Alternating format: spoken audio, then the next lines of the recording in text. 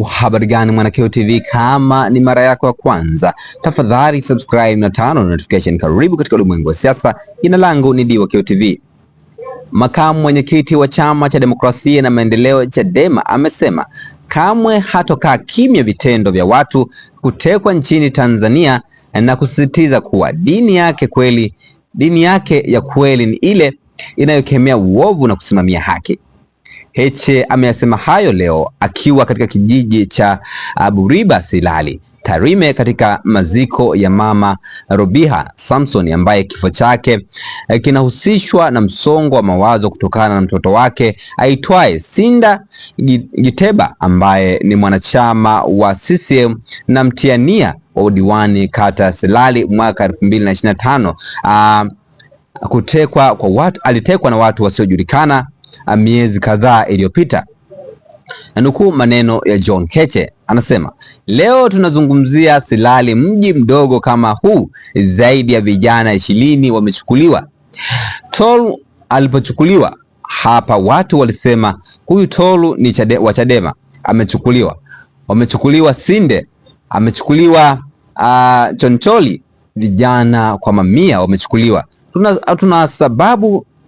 Tunasababisha matatizo makubwa kwenye familia za watu kwa mazingira ya kihuni ambayo yamekuwa kwenye nchi hii ambayo sisi wengine, nimesema sitonyamaza kimya. Amezungumza maneno hayo John Heche. Una maoni gani kwa hichi ambacho makamu mwenyekiti wa Chama cha Demokrasia na Maendeleo Chadema John Heche amezungumza? Tafadhali shusha maoni yako katika sehemu ya comment section, lakini katika eneo la ujumbe hapa kama ilivyo ada yetu, napitia kwanza. Anaitwa Catherine Ndogoke, anasema kukemea kwetu sio Wakatoliki, ni matendo ya huruma. Kuonya kwetu au kukemea wa dhambi sio ni sehemu ya Ukristo wetu, sio dhambi mpaka Papa naye akakemea pia. Lakini Premium anasema acha unafiki kaka, kipindi cha kampeni ulikuwa hawaoni au acha unafiki mzee. Lakini huyo ni maoni ya Premium. Lakini Mbelwa anasema dini tena, kwani huyo kiongozi wa dini au chama cha siasa? Mbona anasema dini ya kweli ni dini gani? Au mwandishi kachapia. Lakini Mrisho anasema Bwana Heche